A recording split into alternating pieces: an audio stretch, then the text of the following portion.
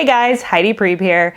I have lost track of how many times I've recorded this video now because I am so hell-bent on getting it right. And the reason why I want to get this video right so badly is because I think one of the number one misunderstandings of attachment theory, if not the number one misunderstanding of attachment theory, is the idea that if you have both anxious and avoidant traits, you must be fearful avoidant. No. No. Yes, the fearful avoidant has traits of both the anxious style and the avoidant style. However, so does every style. So anxiously attached people will borrow avoidant behaviors and will feel avoidant sometimes. Avoidantly attached people will borrow anxious behaviors and will feel anxious sometimes. And securely attached people will absolutely feel both anxious and avoidant depending on what situation they're in. Fearful avoidant attachment is its own beast when it comes to attachment. So yes, there are anxious and avoidant elements to this style, but the whole is greater than the sum of the parts when it comes to fearful avoidance. So it's not just that you feel both ways at different times. There is this deep ongoing internal struggle in terms of your own goals, direction, and motivation for the fearful avoidant that is not there in the same way with the other styles. So when we're figuring out what our attachment styles are, we have to look not at our behaviors, but at the motivation behind our behaviors. So the anxiously attached person might feel, let's say, avoidant if they're in the wrong relationship. They're with someone that they don't really want to be with, but they're afraid of being alone. So they might feel kind of freaked out and avoidant until they find the relationship that they actually want to be in. But once they're there, they will be gunning for that long-term security, that intimacy, that hit of togetherness that they constantly want. Versus the avoidant could actually feel, let's say, anxious in a relationship where they are entitled to take a huge amount of space and where they don't really need to show up in an intimate and emotionally connected way. They might feel anxious about losing that relationship because they know this is probably my only shot at having a relationship where I can function in the way that I prefer to function without compromising my attachment system and learning to be emotionally intimate. So you have to look not at the behaviors people are taking and not even just at the feelings that people are having, but at the motivation that is driving those feelings and behavior.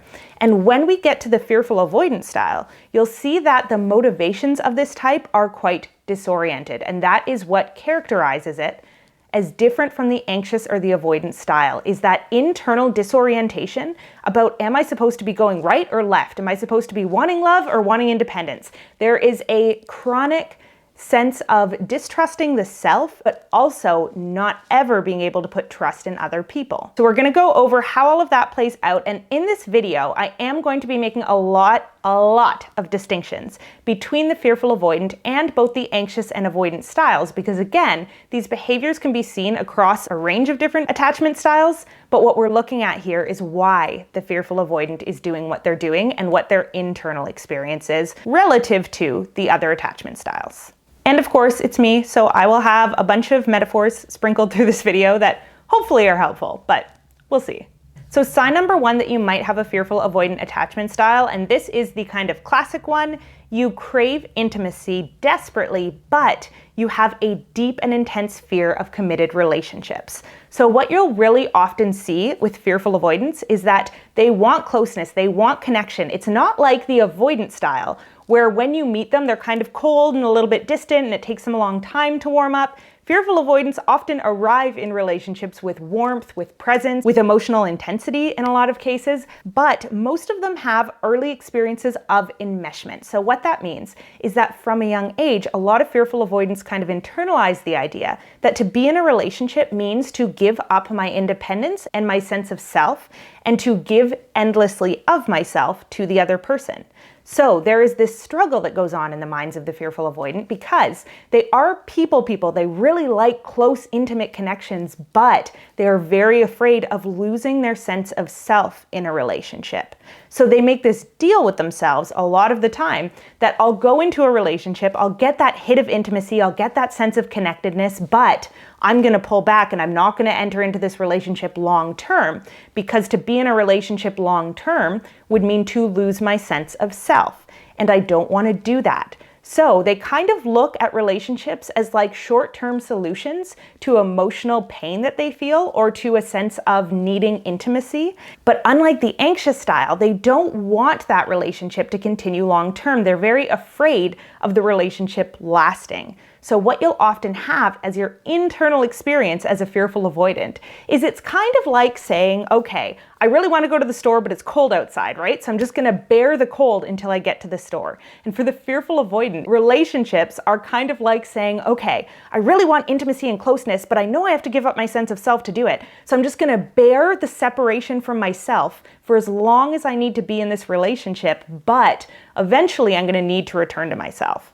And they haven't learned that you can integrate your sense of independence and your ability to be emotionally close with someone, which is what the securely attached individual knows. However, unlike the anxious style, who doesn't have that same sense of independence and that strong sense of who they are outside of a relationship, the anxious style can feel kind of relieved when they're like merging their identity with someone else, right? Because it's kind of like, finally, I'm getting some help regulating myself and figuring out who I am. And on the other side of things, the avoidant doesn't ever really give up their sense of self inside of a relationship. They keep their boundaries pretty strong, even within a relationship. But the fearful avoidant engages in that sense of merging, but misses the person they are when they're outside of a relationship when they're in one. So you often see them entering into a lot of short-term relationships, breaking things off when things get intense, or panicking in their long-term relationships and kind of chronically looking for the exit signs. Even if they love someone, even if they're happy to be with someone,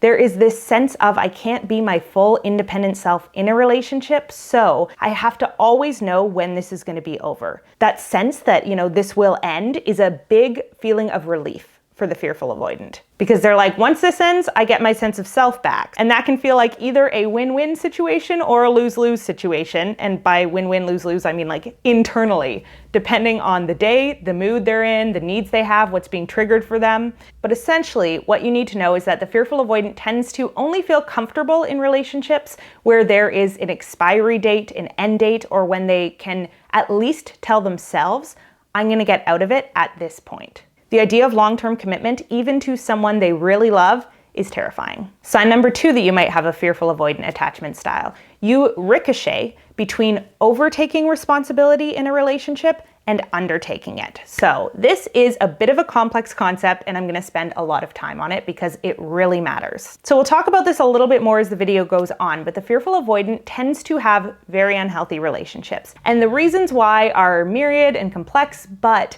for now, what you need to know is that you will often see a sense of kind of disorientation with the fearful avoidant. They might not admit this, but they often feel like, I don't know if I am an abusive person or if I am being abused. And they often feel like in relationships, I know this is toxic, I know this is unhealthy, but one day I'll think that it's all my fault. And the next day I'll think it's all my partner's fault, and I can't really figure out where the truth is, like who's good and who's bad. And the reason why is because they're switching between anxious and avoidant worldviews. So in the anxious worldview, I kind of like to think of it as having one sense of emotional gravity outside of the self.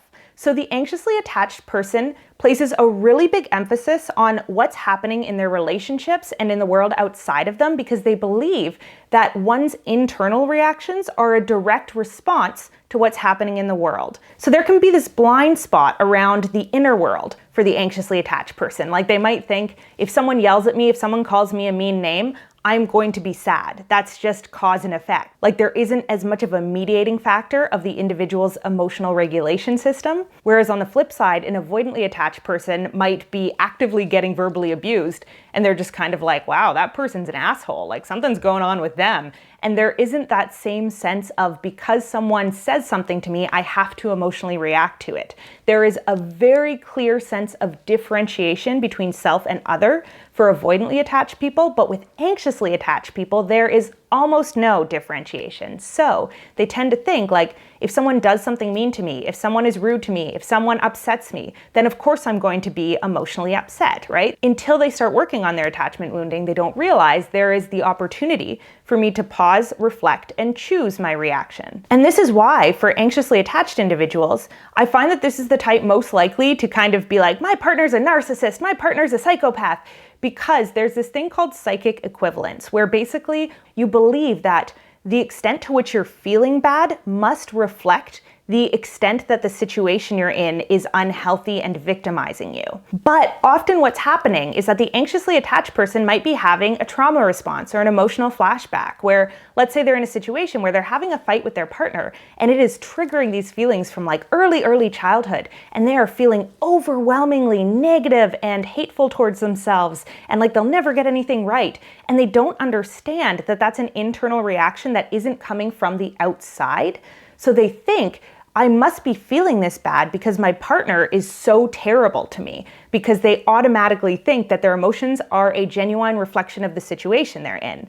So that's, I think, a lot of the reason why we get a lot of anxious people like pointing the finger a lot and calling other people like toxic and gaslighters and narcissists, because that sense of psychic equivalence, which is the extent to which I feel bad inside must be a reflection of how unhealthy my environment is very, very natural for them, especially if they've never learned about like trauma responses and emotional flashbacks and how our limbic like animal brain gets activated in interpersonal situations and reminds us of the past. And this is also why anxiously attached people idealize their partner so much, right? Because they can also have emotional flashbacks that kind of feel good. Like someone they have a crush on will take an interest in them, and suddenly they feel like, oh my God, I can relax into the feeling that I'm worth loving. And that feels so good and like such a relief from my regular suffering that it must be because this person who is loving me is an absolute saint, an angel, like sent down from heaven, the best person on earth, and they will over-attribute their positive feelings to other people as well. So with the anxiously attached style, we see that blind spot in the sense of they don't realize much of the time that their emotional experience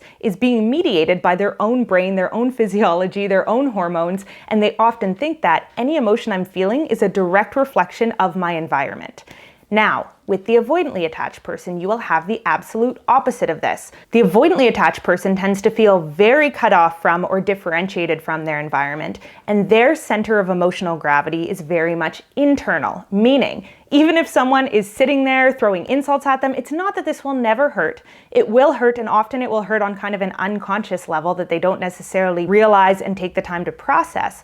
But the avoidant person is more likely to kind of be sitting there in observation mode going, this person's very upset. That's interesting. I wonder what's leading them to be upset. There will be a sense of that person's emotion belongs to them and my emotions belong to me. So they won't necessarily think that someone being rude to them means they have to be upset. They can rationalize with themselves and go, well, does it really matter to me what that person's opinion is? If no, there's no need to be upset about what they think of me, even if it's insulting. And while this sounds like a kind of stoic and zen state, it actually does cut the avoidant off from the ability to feel interpersonally in a really deep and connected way, and that can lead to some really intense struggles with loneliness, depression, substance abuse, and all sorts of other negative outcomes for the avoidant type. But this sense of I am completely responsible for all of my own emotions, and what everyone else does is their business, is kind of that inherent mindset of the avoidant type. So avoidants, while they might look down on people, they might make judgments of other people, you are very, very rarely going to find them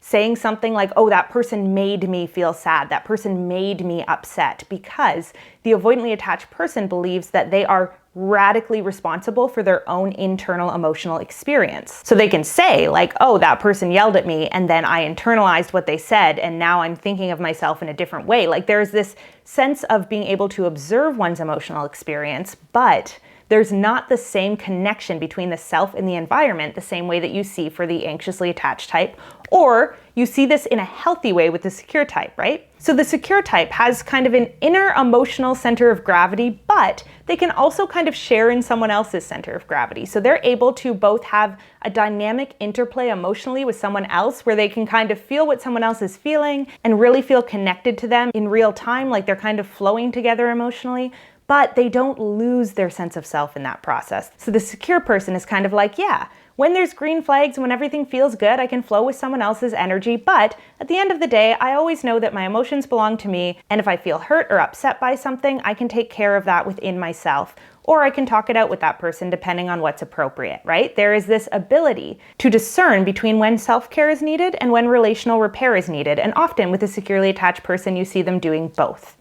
But with fearful avoidant, you see them doing Neither. So what will often happen is the fearful avoidant will have this internal sense of gravity. And so they'll be in a relationship and they'll be like, okay, I understand that I'm choosing to be in this relationship, which means I need to suppress all my needs, because that's a belief that they tend to have, that you can't have needs in a relationship. I need to give this other person what they want, and I need to forget about what I want. Now, you will also see this in the anxiously attached style, and we talked about that in the anxious attachment video. But what will eventually happen with the fearful avoidant is that this sense of resentment might build up, again, similar to the anxiously attached style, and they might explode. Suddenly the anxious part of their attachment system is activated, and they'll be like, well, if I'm giving up all this stuff for you, you need to do this, this, and this, or else I'm not going to be happy. And they can suddenly be angry that they've been doing so much and giving so much, and this other person isn't giving them what they need in return. Now, again, this kind of mirrors the anxious experience. Anxiously attached people will also very much relate to that, but what's different is that often after that happens, at some point, the fearful avoidant will go into deactivation mode. And when they are in deactivation mode, it's like their center of gravity has completely returned to inside of the self. And they might look at their actions and go, oh my God, why did I do that? Why was I trying to get something out of someone else? I'm responsible for my emotions. I'm responsible for my experience of life. Me trying to change someone else or get someone to give something to me is completely controlling, absurd. I must be emotionally abusive. And to be fair, they can be emotionally abusive. Any of the insecure styles are very likely to be emotionally abusive towards their partners in some way. Whether or not it's intentional, usually not. But the fearful avoidant, because they ricochet between these two mindsets, is the most likely to notice that they are behaving very differently in different situations. And because they are kind of cut off from half of their reasoning at any given point in time, they can feel very confused almost about who they are and what their intentions are. So to compare, with the anxiously attached person, let's say they explode at their partner, right? Afterwards, they might realize, oh, I really overreacted there. I went too far. I let my emotions get the best of me. I should go apologize and repair and find a way to make this right with my partner. I mean, that's generous. Like, they might also double down and be like, I was right. But, that's a risk of anyone just being a person. But then the avoidantly attached person also at times can explode on their partners, but they're also more likely to kind of pull back, retreat, and go, okay, why did I do that? I had a strong emotional response, and it's definitely my fault because one is always responsible for one's emotional responses. So what do I need to change about this situation to make sure it doesn't happen again? Do I need to stop being with this partner? Because obviously I get quite frustrated around them, and it's not fair for me to be with someone who I feel frequently frustrated around, or something like that, right? So even if, again, the reasoning is not that generous, the difference is that for the avoidantly attached person, they'll always be looking at their own inner experience and why they chose to do that, versus the anxiously attached person will always be looking at the situation, right? So even when they're apologizing, they might kind of be like, yeah, I felt really upset because this, and this has happened in our relationship. I didn't react the proper way, and I really went overboard, right? But they still feel connected to the emotional part of themselves that led to that reaction in the first place. It's still active enough in their psyche for them to be able to understand why they did what they did.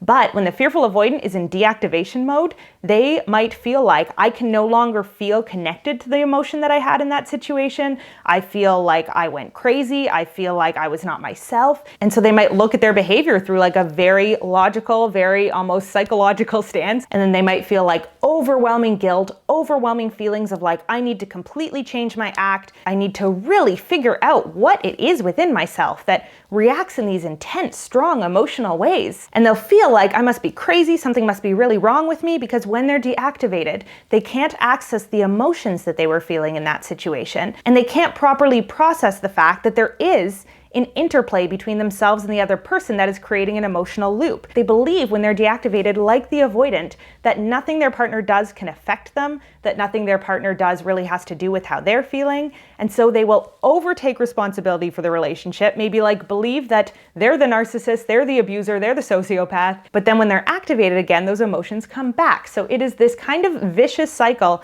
and often something you'll notice if you talk to a fearful avoidant over a long period of time is that they feel very disoriented because they know something's wrong in their relationship, but they really don't know where to put the blame. One day they think it's all them, the next day they think it's all their partner, and it's a very disorienting experience where they have a lot of trouble integrating their emotional self, which has the center of gravity outside the self and believes that other people impact the way they feel, and their inner self, where they have that internal center of gravity and they believe that everything I feel I am responsible for and the outside world doesn't affect me at all. It is a very difficult experience to kind of ricochet between those two extremes and not have a linear sense of where is my center of gravity located, right? For the anxious style, it might be like 80% of the time, my center of gravity feels like it's outside of me and other people are always impacting the way that I feel and the circumstances of my life are always impacting the way I feel. But 20% of the time, I have that kind of internal groundedness. And for the avoidant, it might feel like the opposite, right? Like 80% of the time, I feel really grounded internally and like I am responsible for my own reactions, but maybe 20% of the time, things really get to me. But for the fearful avoidant, it might be closer to the center, right? So they don't really know, should I invest in my relationships? Should I invest in self-work? And that can be very confusing and disorienting. Which leads us to sign number 3 that you might have a fearful avoidant attachment style. And these will start going faster from here on out, I promise. You feel like you don't deserve a healthy relationship because you see your own bad behavior so clearly and you kind of have this core belief that you are bad and not worthy of healthy love. Now, this again is differentiated from the anxious and the avoidant attachment styles. So the anxious attachment style might have low self-esteem, right? It's common to not necessarily feel like as capable or as desirable as other people if you're anxiously attached, and there will always be that insecurity there. But you do tend to feel when you're anxiously attached, like at my core, I'm a good, well-meaning person who has a lot of love to give, and that love could be wonderful for someone else, and I want to be able to give it to someone and to receive it in return. And on the other side of things, you have the avoidantly attached person who tends to believe, you know, maybe I'm not the most emotional person, but I'm definitely solid and stable in my resources, and there's a lot I can practically offer to other people if I choose to have a relationship with someone. But with the fearful avoidant, because they're so aware of the fact that they have these strong emotional impulses, but they also have this fear of commitment, and they're very aware of when they're manipulating people, they tend to believe, I am bad, something is wrong with me, I ruin people's lives, I should not be with a healthy person. Now, is this true? It is not any more true for the fearful avoidant than it is for any of the other attachment styles, right? So all of the insecure attachment styles are prone to having unhealthy relationships. What's distinct about the fearful avoidant is that they really do tend to see themselves, at least after a period of time, as the common denominator, but they might feel helpless because they so don't understand their own psychology that they're just kind of like, well, if I keep doing bad things, it must be because I am a bad person. So they have enough clarity to notice the patterns of their life and to see themselves as the common denominator there, but they don't have enough self-awareness to understand that there is a reason why this is happening for them, and it's more to do with triggers and to do with the way that their brain neurologically formed than it is to do with them having bad intentions. I actually think that inside of every fearful avoidant person, there is like this ball of pureness, like this sense of wanting so badly to love and to be loved and to give something positive to the world and to receive positive things from the world, because there's like this little child that still lives in them, right? And their adult self is confused and disoriented and doesn't know which way to turn, but it's not because they are inherently bad. It's because they just got so wired for self-protection so early on. But the good news is that if they choose to nurture that kind of good, pure, well-meaning part of themselves, that is where all of the healing ends up coming from, right? It's about growing that like ball of light that I see inside of insecurely attached people, just bigger and bigger and bigger and bigger until you can apply good intentions even when you're in a messy situation. And you can trust, look, I am a good person, I don't want to hurt people, I don't want to hurt myself, but I'm really struggling right now. So where can I compromise? Where can I meet my own needs, but also not actively make things worse for other people? And that is what the healing journey ends up looking like for the fearful avoidant. And as they go on that journey, they start to understand people are not all good or all bad, and they are not all good or all bad. People are complicated, relationships are complicated, morality is complicated, our individual self-concepts are complicated, right? But with the unhealed fearful avoidant, you do really tend to see this mindset of like, I'm a bad person, the love that I have to give is toxic and bad, and I can be really abusive in a lot of cases. So they tend to see themselves as not deserving of healthy love. And so if someone tries to give it to them, they're going to reject that person. Last thing I will say, the anxious style might relate to what I just said as well, but for them, it's more about the fact that they will see someone trying to give them healthy love as needy because they're looking for a person who actually isn't very emotionally available because they perceive avoidant people to be kind of inherently needless, and their unconscious mind goes, ooh, there's a person who could take care of my needs because they're not preoccupied with their own. So with the anxious style, when they meet, let's say, a secure person, and the secure person like shares their own emotions with them, the anxious person might be like, ugh, like I don't want that. And they think it's because, oh, I'm feeling avoidant. But it's often actually because they feel like I want someone to be completely emotionally available to attend to my needs. So I'm going to be a little bit put off by someone who expresses their own needs to me, even if it's in a perfectly healthy way. Now, this is different than the fearful avoidant, who will feel more along the lines of like, oh, I see goodness in you, I see good intent in you. If you get close to me, I'm gonna like contaminate you with my badness, right? So it's an avoidance of secure, healthy love, but for different reasons. Again, the motivations behind the same behavior stems from a different place. Sign number 4 that you might have a fearful avoidant attachment style is that you always want other people to go first when it comes to intimacy, vulnerability, and opening up. So, something that distinguishes the fearful avoidant type from either the anxious or the avoidant type is their approach to intimacy and getting close to people. So with the anxious style, because their emotions and their center of emotional gravity is so outside of the self, if you will, they don't always see something as intimate or vulnerable the same way that a secure or someone on the avoidant spectrum would. They just kind of feel like, well, I'm talking about what's happening for me, and what's happening for me is what I'm reacting to emotionally. So it doesn't necessarily feel all that intimate or invasive for them to share their feelings with someone else.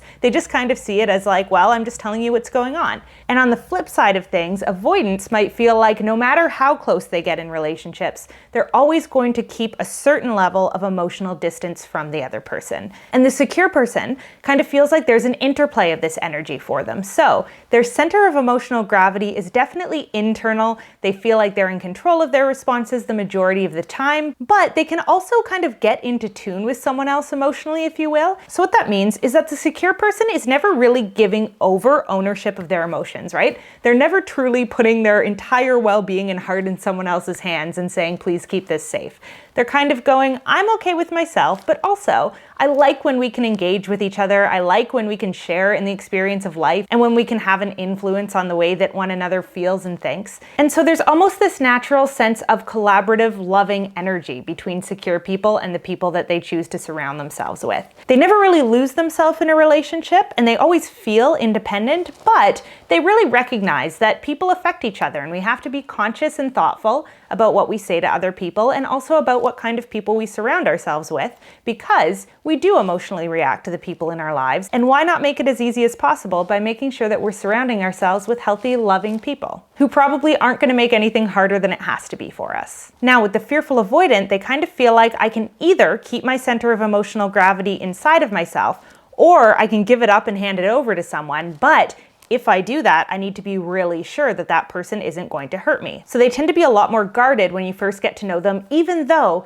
they'll probably come in with a lot of warmth, a lot of presence, a lot of attention, and it can actually feel like you're connecting very deeply with the fearful avoidant when you first get to know them. And then you might walk away kind of realizing like, oh, I didn't actually learn that much about them, but I feel really connected. And the reason why that happens is because the fearful avoidant really wants deep connections. They want that hit of intimacy. They want to understand and feel understood. So they tend to be pretty good naturally at making other people feel comfortable and safe to express themselves and to talk about kind of deeper things with them. But the fearful avoidant doesn't want to go to those same places in themselves until they're sure that the power dynamic in the situation is tipped in their favor. And the reason for that is because fearful avoidants believe that people are kind of naturally inclined to hurt each other, to betray each other if it makes sense to. They don't have that kind of belief in the common good nature of man, right? They kind of think everyone's out for themselves, and so I have to make sure that if I am handing over any sort of vulnerable information about myself to someone,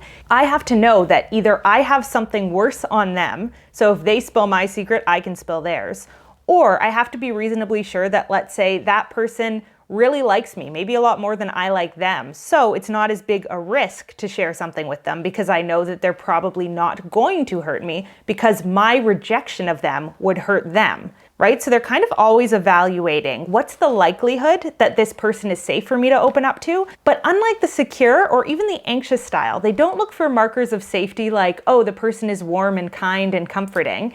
That can be there for sure, but it's more likely to be this person has already showed me all of their cards, so now I can flip over mine knowing that they don't have anything up their sleeve that they could defeat me with emotionally, so to speak. And something I find really interesting is that I think there can also be this tendency for fearful avoidants to kind of have almost like a public persona that is true to their inner world or that hints at something very deep within them, or even like the way that they interact with people. Again, because they're so warm and open and engaging, it can be really easy to mistake this type for secure at a first glance because they don't have that kind of cold, withdrawn nature of the avoidant, but they also don't have that kind of frantic emotional energy of the anxious. So they seem kind of calm and regulated, but then if you try to go a little bit deeper with them, they won't open up the same way that a secure person will, at least definitely not right away, right? It'll take them a while to really feel like, okay, I now know you better than you know me, which means it's safe for me to start disclosing a little bit more to you. But often there can be like this disconnect where people approach them expecting them to be really warm and open the way a secure person would be,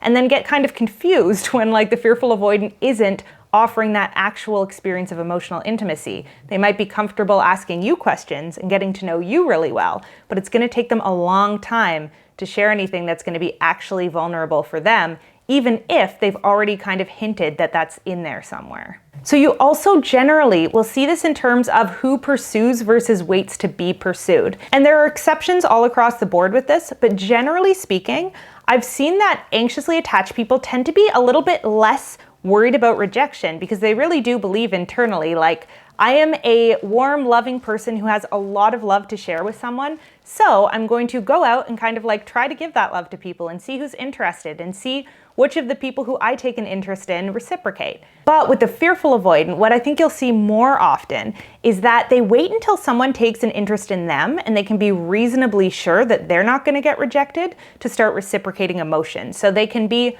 less likely to do the chasing because, again, chasing someone and trying to form a relationship with someone requires showing vulnerability. And showing vulnerability is very difficult for the fearful avoidant. They have a lot of boundaries up. Their center of gravity is naturally located internally until they decide it's time to give it over because they see it as kind of a safe bet. But you're really not going to see that early vulnerability with the fearful avoidant the same way you might with anxious or secure types. Sign number 5 that you might have a fearful avoidant attachment style is that you can be very rational and logical, and you can also be very emotional and emotionally reactive, but not at the same time. So this creates kind of a very confusing Jekyll and Hyde situation for the fearful avoidant, but also for the people who know the fearful avoidant. And this can get very confusing for the fearful avoidant's peers. And first I'll explain a little bit more about what this means. So if you are anxiously attached, what that means is that essentially early on, you really learn to trust your internal felt experience of living. So you learned my emotions are a pretty good predictor of what's going on in my environment. And you learn to focus on that so heavily that you trust your feelings and your empirical experiences a lot more than you trust kind of detached analyzation, right?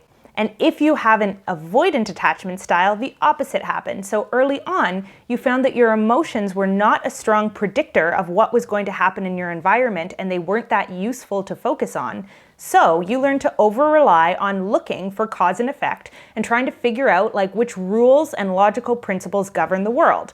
Now, the problem is that if you only rely on one of those things, it gets really difficult to make informed decisions and informed judgments because let's say you're only looking at the emotional side of things. You might completely neglect the fact that choosing something that makes you feel good over and over again, or chasing the kind of people who make you feel good over and over again, but maybe aren't giving you the kind of commitment you want, is a bad strategy. You don't think of the way that you're approaching your life in terms of strategy. You just think of it as I follow my heart.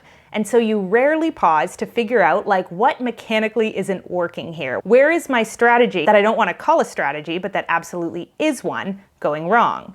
And on the flip side of things, if you're avoidant and you've learned to rely on logic and discount the way that you feel, you're really going to have trouble feeling your way out of problems that actually require the integration of emotion, because not everything in life functions in a perfectly rational way, especially relationships with other people. But if you're not in touch with what you want and what you feel on a deep level, logic is not going to get you out of a lot of situations. So you end up seeing a lot of logical distortions in the avoidant type, the same way you see emotional distortions in the anxious type, because it's kind of like each type is over-relying on a certain area of their brain where actually a different type of processing is needed to solve that problem. So you get really strange kind of neurotic thought patterns in both the avoidant and the anxious style. Now, with the securely attached individual, they're able to integrate emotion and logic. So what that looks like is, let's say a secure person really wants something like a job or whatever, and it's not necessarily the highest paying job, it's not necessarily the job that gives them the most linear route to where they want to go professionally, but they know day to day that job is going to provide me with a lot of satisfaction. They're able to integrate emotion with logic by going, okay, I'm going to make this choice and I'm just going to be aware of the fact that it's not necessarily going to be making me as much money as I might want, so I might need to look for supplemental forms of income. And it's not necessarily going to help me advance as quickly as I might like, but quality of life is really important to me, and liking the work that I do every day really matters to me. So I'm going to compromise a little bit on the logic and just be aware of that and be aware of what I might need to do to supplement that in order to prioritize that quality of life. And then on the flip side of things, let's say there is something that requires them to rely on logic a little bit more. So let's say they want to go back to school and they know that's going to make me super busy, super stressed. I'm going to feel really overworked and a bit under-resourced for a year, but I can withstand that discomfort. I can put aside my desire to feel good for a while because I know that in the long term, this is going to be a really positive outcome for me. So secure attachment is able to balance logic and emotion and find solutions that either account for both ones or just allow them to choose one with an awareness of what problems that's going to cause for them in the other area. And then they can holistically manage their well-being by being aware of everything that goes into it. Now, if you are fearful avoidant, the problem is that you have access to both distorted emotion, like the anxiously attached person, and distorted logic like the avoidant person, but you haven't learned to integrate those things the way a secure person does.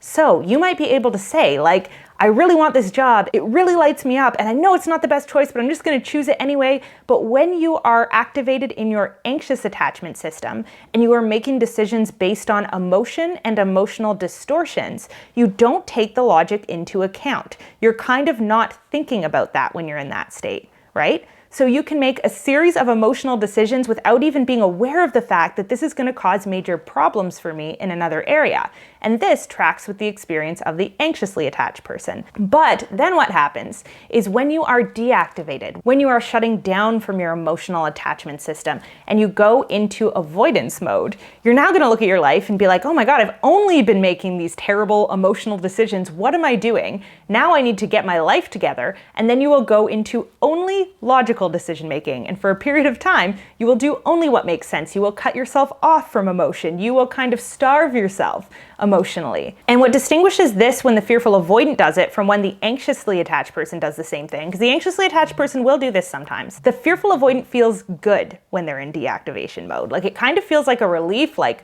finally I'm on my own, I'm not bothering with these relationships, I'm independent, I'm choosing what matters, I'm prioritizing what's logical. But later on, at some point, they will get triggered back into their anxious activation strategies, and then they might flip to the other extreme and go back to making only emotional decisions. And the problem is that this is very disorienting because it makes it really difficult for you to keep pursuing a linear direction for your life, right? Because you're always trying to over-rely on one form of reasoning without integration of the other. And I've noticed that an area this really shows up for a lot of fearful avoidants, there can be this pattern of fearful avoidants speaking very negatively about their relationships, about their partner, and they'll speak about the relationship with what seems to be like a very high level of self-awareness, so they can go to their friends or their colleagues or their family and be like, yeah, here's X, Y, and Z reason why my relationship isn't gonna work, here's what I need in the future, here's where that doesn't align in my relationship. But then they will continue this pattern of being in really chaotic relationships, because if they are always activated in their anxious attachment system when they're with their partner, they're not thinking about the logic when they're making decisions about their relationship. So it can be this kind of split where people who know the fearful avoidant kind of feel like, I know this person to be very rational and self-aware and measured, but for some reason, they just keep making these decisions that are kind of the opposite of what they talk about wanting. So from the outside, it can look very bizarre. Like, why is this person continuously choosing something that they can sit in front of me and tell me makes them miserable? It's because when they're discussing the situation, they might be deactivated and relying solely on distorted logic where they believe feelings don't matter and only what makes sense is what's important. But then when they're activated, they're making decisions from distorted emotion, where they're thinking, logic doesn't matter, I just have to follow my heart at all costs because it feels so intense when I'm in the moment. So of course, the path to healing for the fearful avoidant becomes integrating these things and recognizing even when you're really emotionally activated, it might not be the time to make a decision. You might want to make a decision at a point where you're able to factor in both how you feel and what makes sense, and find the average of those things over a long period of time. And I really do think that when it comes to attachment healing for the fearful avoidant, it takes a very long time to be able to integrate those worldviews. And so it might be worthwhile for a period of time to decide, like, I'm not going to make any decisions right now. I'm going to wait and try to stay conscious so that when I'm emotionally activated, I can remind myself there's a rational part of this that I'm currently neglecting to think about. And when I am deactivated, I can remind myself there's a strong emotional component to this that at this moment I'm neglecting to think about. And over time, you can learn to bring those things together.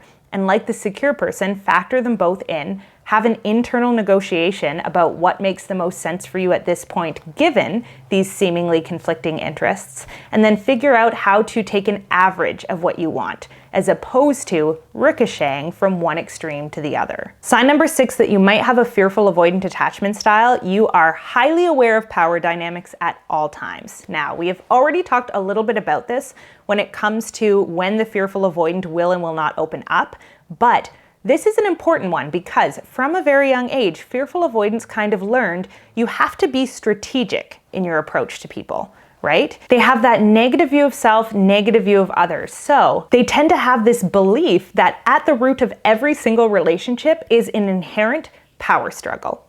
Now, I want to contrast this with how the secure person looks at relationships, which is, of course, everybody has their own interests at heart and everyone is looking out for themselves, but people have lots of opportunity for healthy and happy collaboration, and people are capable of making each other's lives better by compromising and prioritizing each other because each person brings something special to the other's life.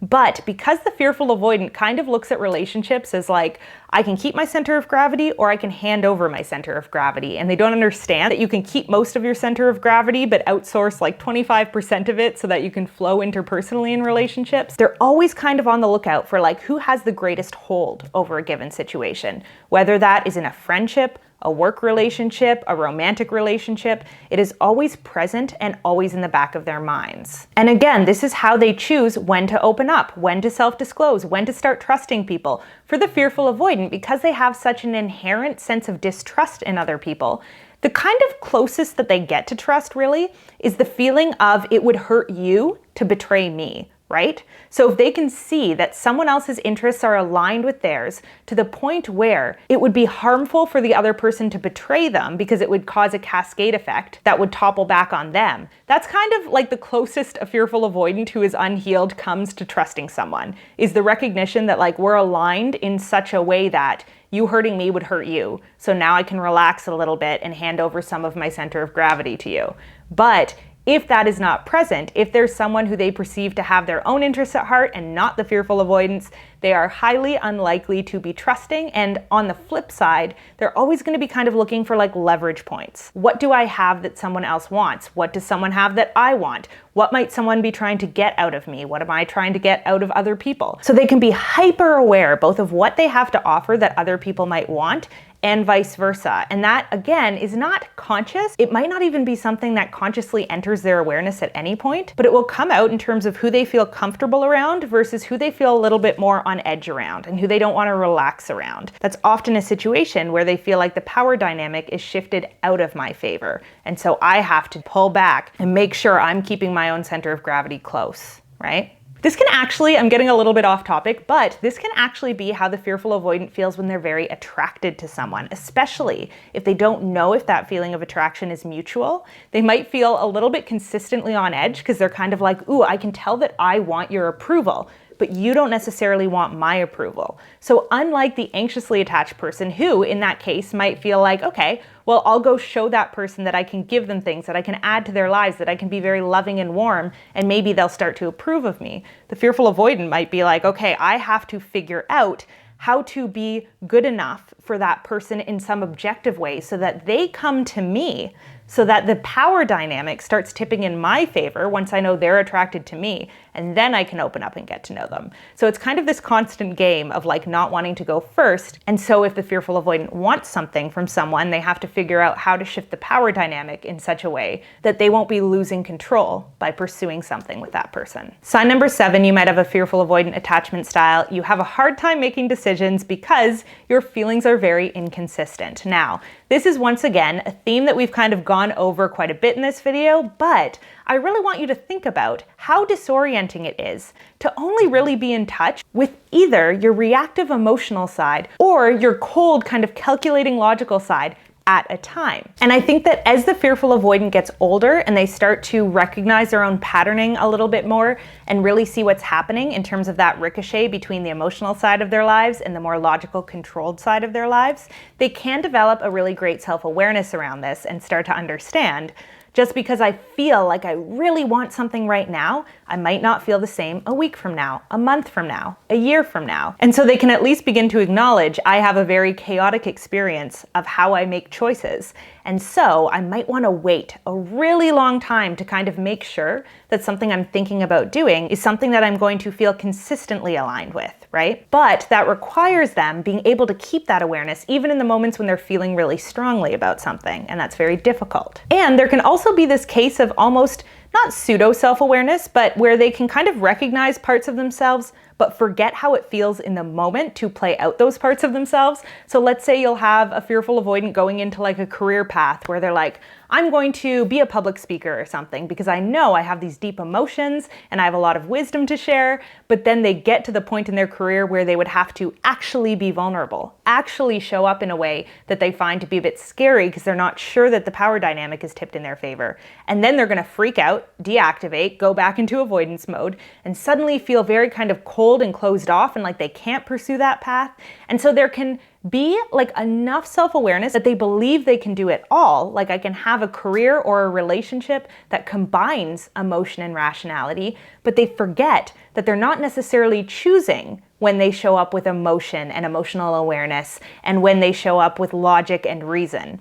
And so again, until that integration starts to happen and they can do both at once, it can be really difficult if they commit to anything that requires them to access a certain part of their personality on a daily basis, including relationships, right? So there can sometimes be this sense with the fearful avoidant of like, I can't trust myself because a decision I make one day, I might wake up a week from now and just be like, I cannot access the part of myself that I thought was going to be able to do that. And so in the long term, you might learn to distrust yourself and really feel like I can't make good decisions for my life. I'm constantly in personal or interpersonal chaos because I might make promises to people in good faith and then freak out and not be able to keep them but not know why. And again, it's because you're having that ricochet between your anxious activation strategies and your avoidant deactivation strategies. So you don't always know which you're gonna get a week from now, a month from now, a year from now, and that makes it very difficult to plan your life. Because often the plans that you make in good faith, whether that's looking at someone and saying, yes, I will absolutely commit to this relationship, or whether that's staring down yourself in your more deactivated periods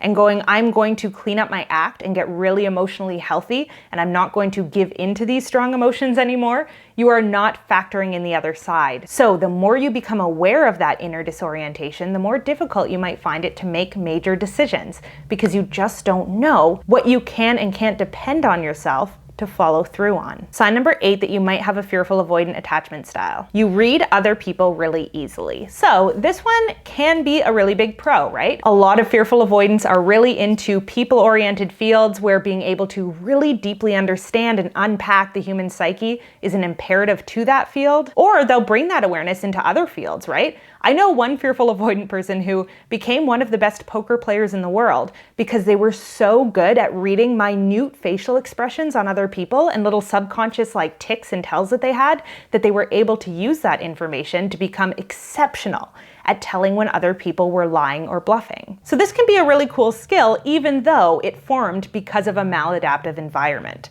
So basically, early on for the fearful avoidant, they learned that what other people say is not always accurate, is not always true. So I have to learn to watch for all types of information that might lead me on to what someone is thinking or feeling.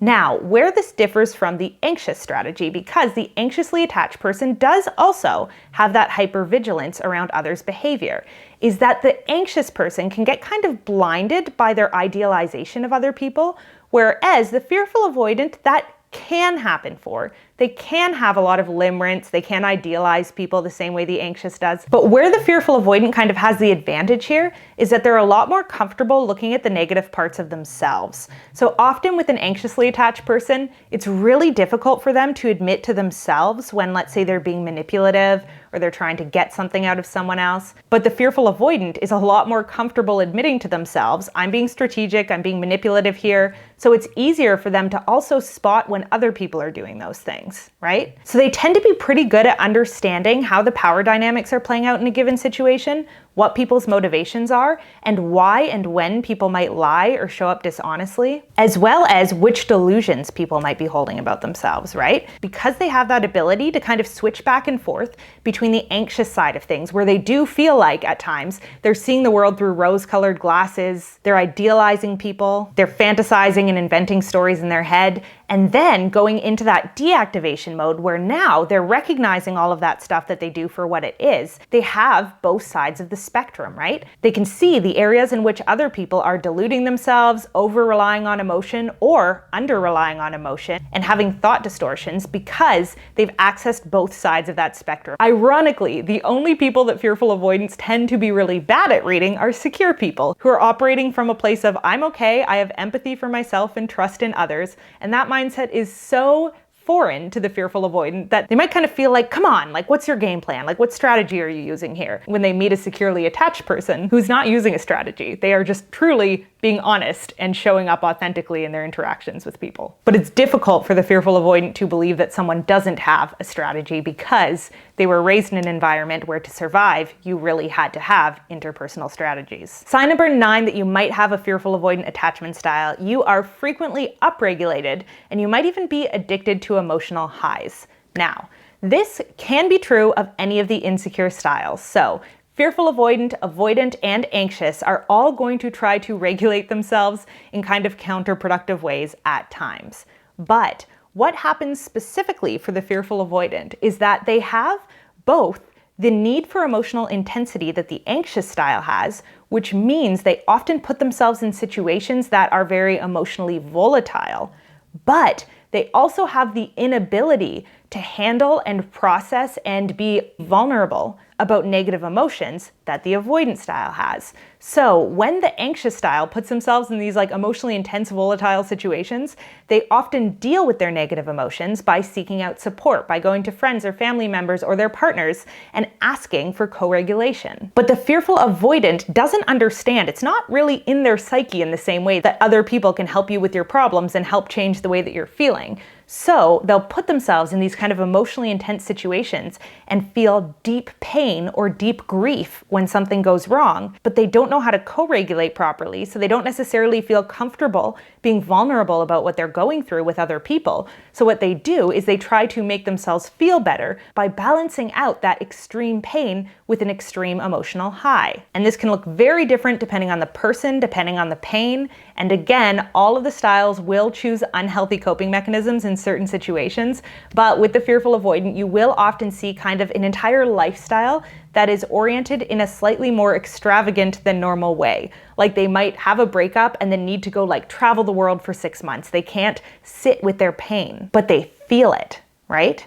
As opposed to, let's say, the anxious style who might go through a breakup and they feel that pain. Like it is really intense and raw for them, but as soon as they find someone else, like a new partner or even a really comforting friend who can be really present with them, they're able to move on from that pain actually a lot quicker in most cases because they do process it, even though it feels so overwhelming and so unbearable at the time. And with the avoidant, they're not good at dealing with negative emotions, but they tend to put themselves in less situations than the fearful avoidant and anxious style that would cause them to get really hurt, right? Because they don't do that vulnerability. They don't do that kind of enmeshment in relationships. So they're less likely to be experiencing that level of emotional pain in the first place. But with the fearful avoidant, they tend to put themselves in very emotionally triggering situations, then not know how to deal with the triggers in a healthy way. And so they might need to chase some extreme high, extreme ambitious goal because they need a distraction from their pain when they feel it. They can't just sit with it.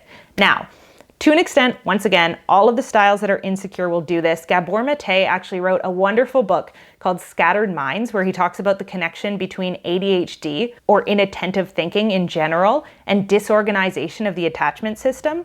And I also want to point out that we see things like substance abuse issues and mental health challenges represented across the range of insecure styles. So it's not that the fearful avoidant is the only one who deals with pain maladaptively. It's just that there is this specific pattern where they experience pain kind of on the same level as the anxious style, but their ability to co-regulate is similar to that of the avoidance. So they have to constantly try to find ways to make themselves feel better from this pain that they believe is being inflicted upon them by interpersonal situations. And that is a really hard thing to do. So that's why we often see these kind of extreme attempts to make themselves feel better by chasing these really big highs. All right, last sign number 10 that you might have a fearful avoidant attachment style is that you love really hard, but you struggle to make room for the other person in your life. So fearful avoidance is really characterized by a need for control. You are afraid of what will happen if you let go of control over your own life, your own routines, the things that you want for yourself, but you want that intimacy, that comfort of having another person you can go to and share your life with. So whereas the anxious style is a lot more willing to make compromises and to really kind of figure out how they and their partner can fit their lives together, because again, their sense of self and their emotional self kind of exists outside of the self anyways, so they don't have that much that they're trying to hold on to in terms of their independent needs and identity. They kind of feel like, well, I'm half of a whole, so I'm looking for my other half. But the fearful avoidant feels like, I am a whole, I'm fine on my own. They tend to think that they can live their lives alone, and a lot of them will stay out of relationships for very long periods of time. That's another kind of clear distinction between fearful avoidant and anxious. Anxiously attached people tend to feel very uncomfortable out of relationships. They can force themselves to be single and white knuckle through it, but they tend to feel more comfortable in a relationship. The fearful avoidant tends to feel like they are the most themselves, the most regulated, the most calm when they're on their own. But then they want that intimacy, right? They feel themselves wanting a hit of closeness. So what they'll try to do is form a romantic relationship that does not force them to compromise in any capacity. And this is also how the avoidant acts. However, the avoidant isn't looking for the same degree of emotional intensity, right? So they might have relationships that kind of look a little bit more transactional on the surface because they truly are just looking for someone who they don't have to go super deep with. But the fearful avoidant wants the experience of emotionally being as close to someone as you would in a long-term committed romantic relationship, but they don't want to give up control over the way that they're running their life and all of the hobbies and interests and patterns and routines that they have formed for themselves around that internal sense of gravity. So partners of fearful avoidance can often feel like they have to kind of constantly give in to what the fearful avoidant wants because they can be kind of rigid and uncompromising in relationships, but they want that emotional intimacy, right? And this can lead to some controlling behavior. All the insecurely attached types are controlling in their own ways. So basically, anxiously attached people can try to get their partner to do certain things and act certain ways towards them and show up in certain ways that give them a steady stream of validation, regardless of whether or not that is authentic for their partner. And then the avoidantly attached person can kind of refuse to compromise to the extent where their partner always feels like they have to be showing up and doing everything the way the avoidant person wants it, because the avoidant is just so unwilling to change their ways. And this is also true of the fearful avoidant, but the difference is that they want a much higher degree of emotional intensity than the avoidant wants. So they're more motivated to be a little bit more controlling over their partners the way an anxiously attached person might, because they're trying to keep that person in their orbit without compromising where their center of gravity is. They haven't learned how to compromise, how to understand what's important to them and what's not. So there can be this tendency to like get super enmeshed in a relationship, maybe in the early to middle stages of the relationship, and then pull back and be like, well, if we're doing this long term, if we're committing to each other, here's what I need for my life. You can fit yourself to that or not, but I'm not going to make major compromises. And that is a defensive strategy that they don't realize they're doing. But it really does stem from that fear of like, I can't let my center of gravity go permanently. And they don't know, like the secure person knows, I can know what I want and show up for myself and give myself the things I want, and also choose to devote a certain amount of time and energy and attention to growing a relationship with someone, because that adds a great deal to my life. And sometimes it's worth giving up certain things that I would do if I were on my own in order to get the benefits of sharing my life with someone. And the overall average of that can be happier than the overall average of living my life alone. But again, that process of being able to integrate what you want emotionally and what logically makes sense is not something that comes naturally to the fearful avoidant. So they have to really put conscious and intentional work into making that integration happen over a long period of time in order to start healing from this style. All right, that is all I have to say today about the fearful avoidant attachment style. I hope that this video was helpful for you guys, at least in starting to understand the distinctions between why all of the different styles do the things that they do, right? Very often the behavior overlaps when it comes to fearful avoidant, anxious, and avoidant attachment styles, but the motivation for that behavior is very different depending on the style. And the fearful avoidant definitely has the most disorientation in terms of what their motivations are, right? They're constantly kind of reacting to like the polarized demands of their own mind. Now, there are many different theories on fearful avoidance, and in future videos, I'm going to talk about, in particular, the dynamic maturation model of attachment, which talks about how disorganized attachment systems actually have a high degree of organization to them. We just haven't studied them intricately enough until the DMM came along to really understand what the disorganized individual is aiming for. So in the DMM, a lot of people who would be classified as disorganized in the traditional model of attachment would actually be classified differently in this model. So that's a really interesting one that we're going to explore in future videos. But for now, I wanted to give an overview of what it feels like internally to have a fearful avoidant attachment style and remind you that healing is so possible. The brilliance of attachment styles is that we always have the opportunity, if we are willing and able to do the work, to move towards security. So fearful avoidance can get so much better if you are living with a lot of these signs and symptoms of fearful avoidance and life feels very difficult for you. I promise you it can get so much easier if you're willing to show up and do the work. So if you want to see more videos like this, and if you want to start talking about how to heal your attachment style, make sure you subscribe to this channel. I put out videos almost daily at this point where we talk about personality types, attachment styles, and everything else that kind of goes into the kaleidoscope of who you are as a person and how you show up in the world. All right, until next time, I love you guys. I hope you're taking care of yourselves, and I will see you back here again soon.